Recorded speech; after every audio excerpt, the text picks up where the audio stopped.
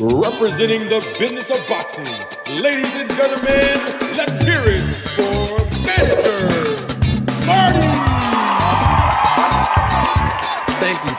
Thank you. You're far too kind. Thank you very much. And snack for different supplements to, reheal their body. Like, I'm in the gym twice a day, not for no boxing, but just, to stay pretty decent. And, everybody got their own formula of work for them. So to insinuate anything is just kind of wild. You know what I'm saying? Like, Okay, nobody. so now let's use that. I did a video twice. I published it earlier, and you used the word insinuate. Now I have you on here. Now I'm gonna ask you, since you said the word insinuate. I find it hypocritical that you can say that I'm insinuating something about Bud Crawford when he said these words out of his mouth. I'm insinuating, but yet he can say words out of his mouth, but he's not insinuating. You just created Insinuate on himself? huh? I'm saying, how can I ain't mean to cut you off, but I'm saying, No, it's cool. how can he insinuate on himself, like what he doing? My understanding of the word insinuate, like it's like reaching almost, like you don't got all the info, but you painting the picture the way that you think the finishing product is, so like I don't see how somebody can insinuate on their own thought process or their own what they're doing. That don't make Bro, sense. if you can, okay, I'm talking about you. You're Yeah. a listener, right? If you're reflectively listening to me, and if you are reflectively listening to Terence Crawford, and you can spot out and you can discover when I speak that I'm insinuating something, and then you hear Crawford's words, and you can't hear him insinuating nothing, that's being hypocritical, in my opinion. I see what you saying. Like, he insinuating that it was some extra in the snack. I can see how you would think that. Like, once, like, that never even crossed my mind the way you're using those words. So like I can see what you're saying, but like I say, I just don't agree. Like I think he just I he don't trying to care get what he defense. no. What I'm no. My point is, it don't matter what Crawford meant. What I'm saying is, people, and you just said insinuated. People can point out and have all of these, I guess, infinite wisdoms when it comes down to when I speak. They can point out, oh, Manager Marty's using an undertone. Oh, Manager Marty is insinuating. Oh, Manager Marty is basically trying to create a narrative. Y'all can clearly see that, clear as day, with no equivocation. But as soon as Terence Crawford speaks, most Crawford fans have the same response you did just now. Oh, I didn't hear nothing. Sounds fair to me. I didn't see no insinuation. So In how my can y'all see it when I speak, and when the man is speaking on his own self, you can't even see it? in I my think that's opinion, hypocritical.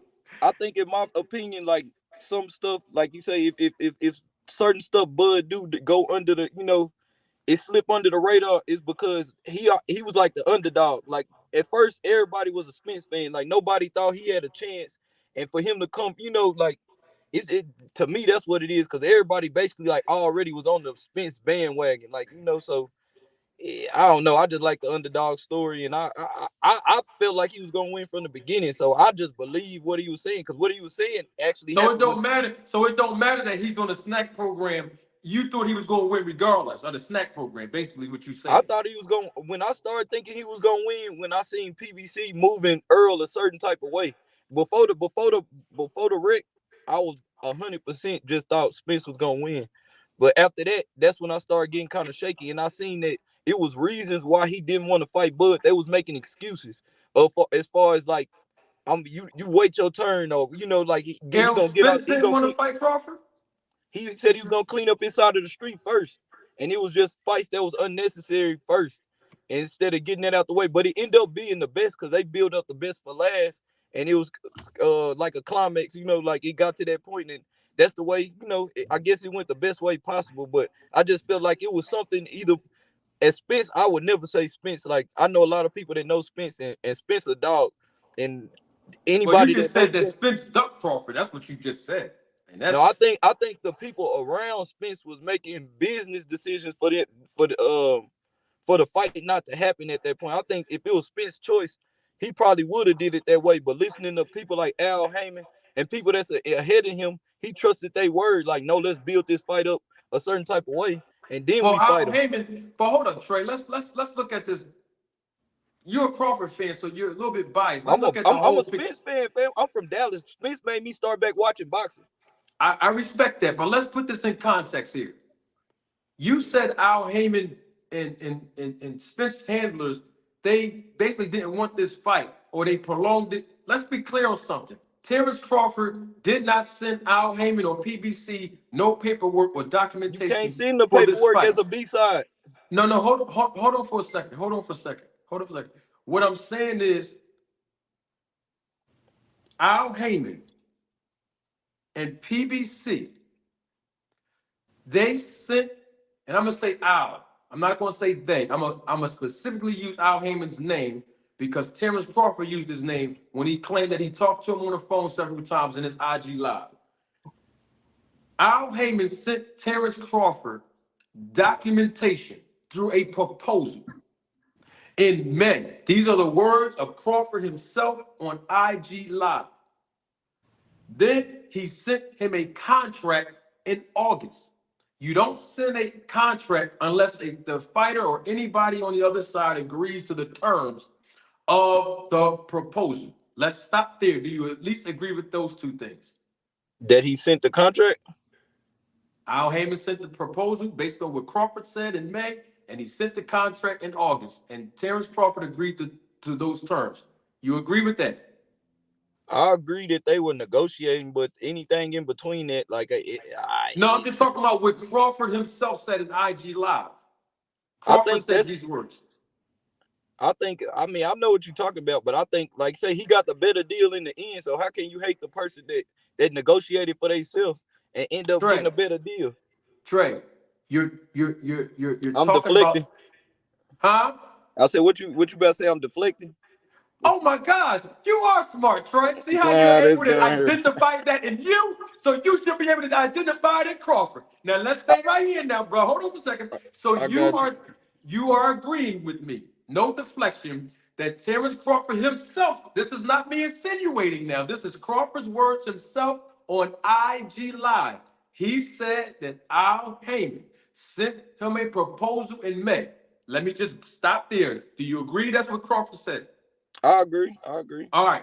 Crawford then goes on to admit that there was a contract sent to him in August. Now, with those two facts alone, if that is the case, that Al Heyman and Spence's handlers were trying to delay this fight, after they sent the documentation to Crawford, why did he negotiate with BLK Prime to fight David Evanesio? Well, first, when I say they delayed it, I'm not talking about nothing 2023. I'm talking about the 5 years before. I believe the fight was delayed for different reasons, for Spence being unhealthy, and they didn't believe that the fight was built up enough. Secondly, I believe Terence Crawford did agree to that fight, but I believe that the way those contracts, this me insinuating, I believe the way he used to doing business and the way PBC doing business, it was some type of discrepancy. Like, as far as whenever he took it to the people that he took it to, they was like, "Hey man, watch out for this." Just like he said, Sean Porter told him certain stuff. Like, it is some type of trickery within them PBC contracts. They getting a lot of money up front, but Come on, Trey. You can't. Come on, bro. You really I'm taking that insinuating from big time PBC with that, fighters, bro. bro. Listen, I'm taking that from PBC fighters, bro. PBC fighters didn't came and complained about it. So I'm not saying this.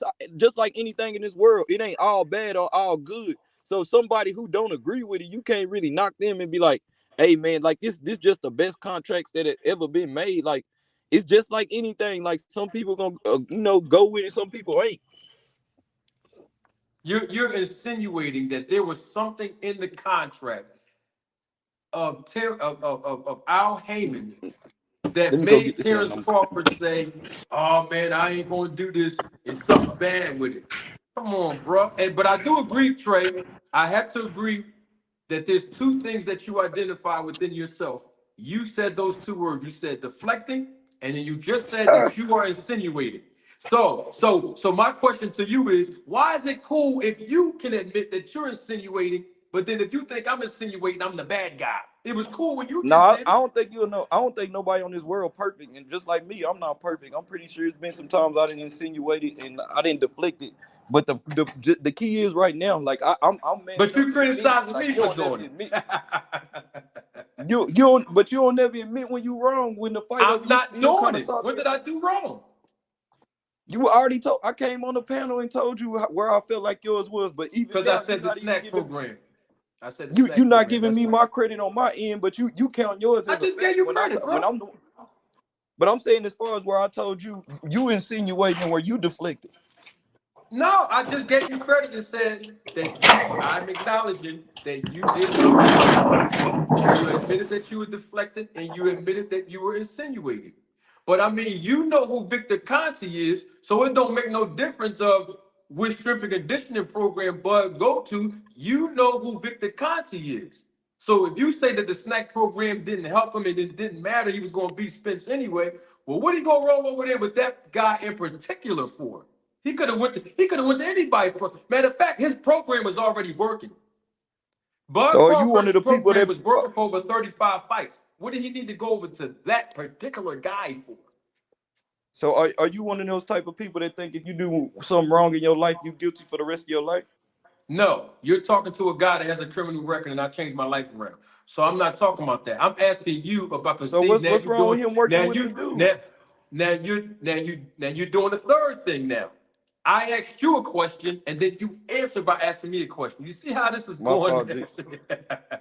No, You see how I this just is don't. going, Trey? No, I mean I catch your drift. I just before we So go just somewhere, can I you at just least try to. answer that question? Why would he go over there? Yeah, he could have went over there, but he I went over can't there answer a with question him. for another man. Nothing I Huh? say gonna be right. I say I can't answer a question for another man. Nothing I say gonna be right. No, I'm glad that you said you can't answer the question for him, because every time somebody that's a Crawford fan say that, this is what I encourage you to do. Since you are a fan of Crawford, I'm sure he'll accept your words of a message before he accept mine. Can you go over there and ask him why did he go hook up with Victor Conti? You're a fan of his. I'm sure he'll listen to you. Would you? Could you ask him? I mean, it's irrelevant. The fight over, he already won. So what does that have to do with anything? Oh, so you one of them guys. You don't care if it's suspicious or not, as long as he won No, and you if was something right. come out, I'm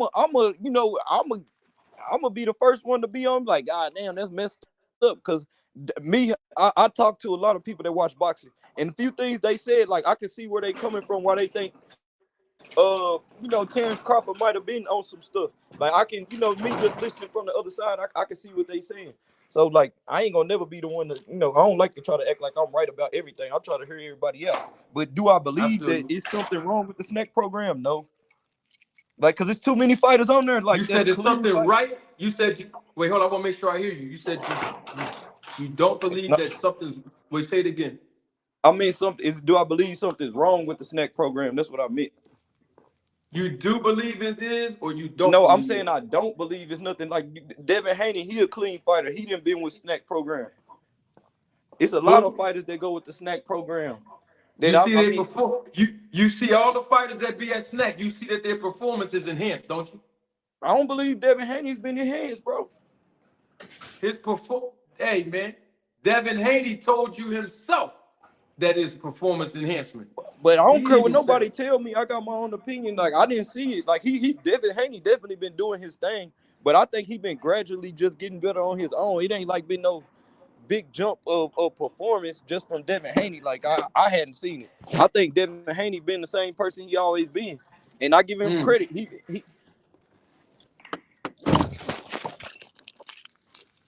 I'm listening to you. I hear you. I'm saying I give him his credit. I think I don't think it had nothing to do with the snack program. I'm not gonna give him the glory of saying he did this because of the snack. I think he did that because he got a good daddy that's been leading him, to everywhere he needs to be at. They've been making the right moves. So I don't give the snack program